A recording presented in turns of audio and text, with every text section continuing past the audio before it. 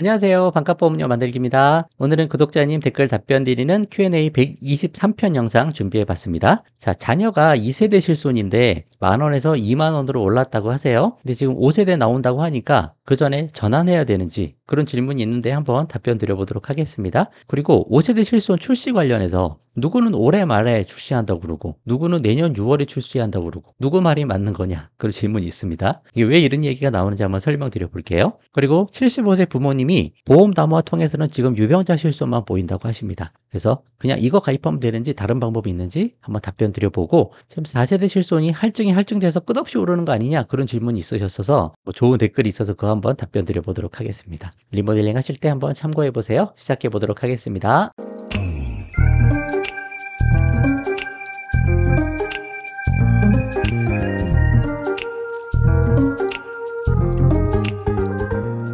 자, 5세대 실손 2025년 하반기에 출시한다고 제가 영상 만들어 드렸는데 질문 있다고 하십니다. 2세대 보험인데 지금 80% 보장받고 3년 갱신 주기다라고 하셨어요. 그러면 3년마다 보험료만 갱신되는 상품이고 이거는 재가입 주기가 없는 상품이죠. 그럼 그냥 이거 계속 끌고 갈 수 있는 상품인 거예요. 2014년 이전에 가입하신 그런 실손 같습니다. 그래서 아이들도 그렇게 돼 있는데 22세, 19세 지금 만 원에서 2만 원으로 인상됐고 보험금 청구도 없으셨다. 건강하네요. 그죠? 근데 이제 보험료가 인상되면 전환해 볼까 생각이 들기 마련인데 5세대 나오기 전에 전환해야 될지 아니면 유지하다 전환해야 할지 끝까지 가지고 가는 건 어려울 것 같다 이렇게 말씀하셨어요. 자, 만 원에서 2만 원, 2만 원 아주 싼 겁니다. 지금 어린아이고 2세대 보험 가입하고 싶어도 지금은 가입이 안 돼요. 보장 너무 좋은 거니까 이 어린아이들 이 보험이 예를 들어 뭐 30세 만기 보험이 묶여 있어서 30세의 보장이 끝나는 거 그 상품만 아니면 100세 상품이다 라고 돼 있으면 그냥 저는 끌고 가시자 그 말씀 드리고 싶어요.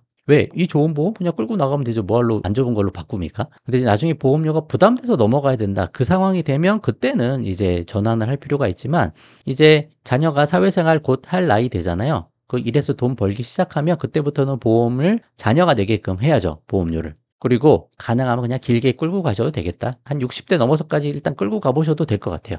보험료 얼마나 오르는지 보시고 만약에 그 전에 너무 부담이 된다. 그럼 그때는 전환을 결정하시면 되는 건데 뭐 낼 만한 형편이다 라고 하시면 유지하셔도 사실은 상관없다고 생각합니다. 근데 만약에 이 아이들이 성향이 병원 가는 것도 잘 안 가고 워낙 건강관리 잘하고 뭐 그런 성향이시면 그냥 뭐 적절하게 끌고 가다가 나중에 4세대, 5세대 전환하는 것도 괜찮은데 일단은 사람 일이 모르는 거고 보험료가 그렇게 부담되는 수준도 아니기 때문에 그냥 끌고 가시면 좋을 것 같아요. 5세대 나오든 6세대 나오든 신경 쓰지 말고 100세 상품이면 그냥 계속 끌고 나가자. 자, 20대 이제 중반, 후반 사회생활 할 때 되면 그때 3대 질병 진단비 보험만 자녀들 거 잘 가입해 주시면 그러면 끝나는 거죠. 그죠? 그래서 3대 질병 보험 가입하시고 나서 그때 이제 어린이 보험 가입한 거 있으면 그때는 어린이 보험을 해지하시면 되고 실손은 별도로 계속 끌고 나가는 거고. 그죠? 그런 플랜 생각해 보시면 좋을 것 같습니다. 그렇게 한번 참고를 해 보세요.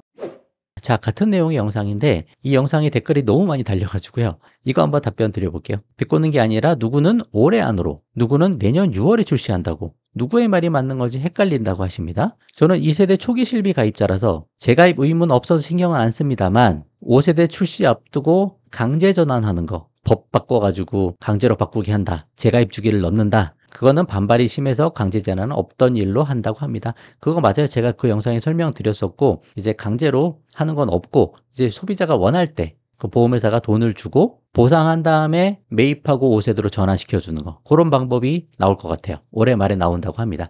근데 이거 시점은 왜 이런 얘기가 나오냐면 5세대 실손 자체는 2025년 하반기에 출시가 된다고 돼 있어요. 자, 금융위 보도자료에 보면 신규 실손 보험 상품은 2025년 말 출시를 목표로 진행된다 이렇게 나와 있죠. 그러니까 기본은 올해 말 출시가 기본이고 그 전에 올해 초에 정책 토론회를 한번 한 적이 있잖아요. 그때 얘기 나왔던 게 이런 게 있습니다. 비중증 비급여 5세대 실손은 급여가 있고 비급여가 있는데 비급여를 특약을 두 개로 만든다는 거예요. 첫 번째 특약은 중증 비급여 특약 그리고 특약 2, 특약 2는 비중증 비급여 특약 두 개로 나눈다는 거거든요. 근데 이 비급여 특약 요거는 비급여 관리 장치 구축 및 효과 평가하고 나서 2026년 6월 후에 출시를 검토한다. 그렇게 얘기가 나와서 이거 두 개가 섞여서 이야기가 그렇습니다. 그러니까 요 특약 2는 올해가 아니고 내년 중반 후에 그때 추가가 될 생각인 것 같아요. 그러니까 요 두 가지 섞여서 그렇지 일단 5세대 출시는 2025년 말이다. 그렇게 생각하시면 좋을 것 같습니다.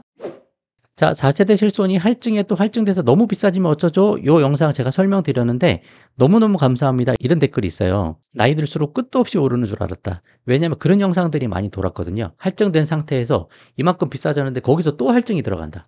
또 비싸져서 또 할증이 들어간다. 그런 영상이 계속 돌아가지고 한번 청구해서 올라간 보험료는 다시 안 내려가는 줄 알았다. 1년 동안 치료 내역이 없으면 나이에 반영해서 다시 초기화되는군요. 감사합니다.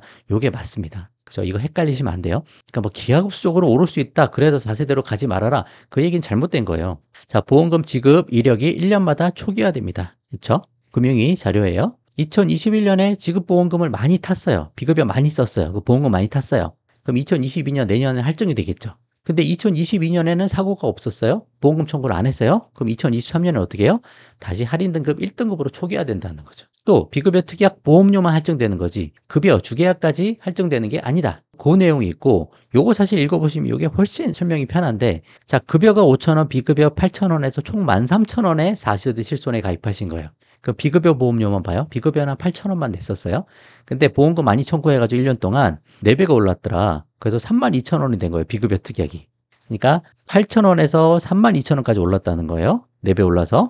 근데 여기 뭐 정리해보면 그 오른 한 해는 이제 정신 차리고 보험금을 안 탄 거예요. 하도 여러 군데 찾아봐서 비급여 보험료 제일 싼 데 찾아가지고 싼 곳에서 치료를 받았더니 다시 보험료가 월 9,000원으로 초기화됐다. 8,000원에서 9,000원으로 오른 거죠. 나이가 좀 오른 것 때문에 1,000원 올랐다고 치지만 다시 9,000원 수준으로 내려와서 합계 15,000원 정도를 납부하게 되었다. 그러니까 완전히 초기화된다라는 거예요. 기본 수준으로. 그러니까 계속 오르고 한다. 뭐 그런 거 너무 걱정하실 필요는 없다. 그렇다고 무조건 4세대 가자고 말씀드리는 게 아니고 자기 상황에 맞게 해야 되는 거지만 무조건 뭐 극단적으로 안 좋다. 그렇게 말씀드리기는 어려우니까. 왜냐 보험료가 많이 줄어들어서 유지 가능성이 높아지잖아요. 중증은 여전히 보장이 잘 되고 있고. 그래서 각각의 특색이 있다. 그 정도 참고하시면 좋을 것 같아서 영상 한번 만들어 봤습니다.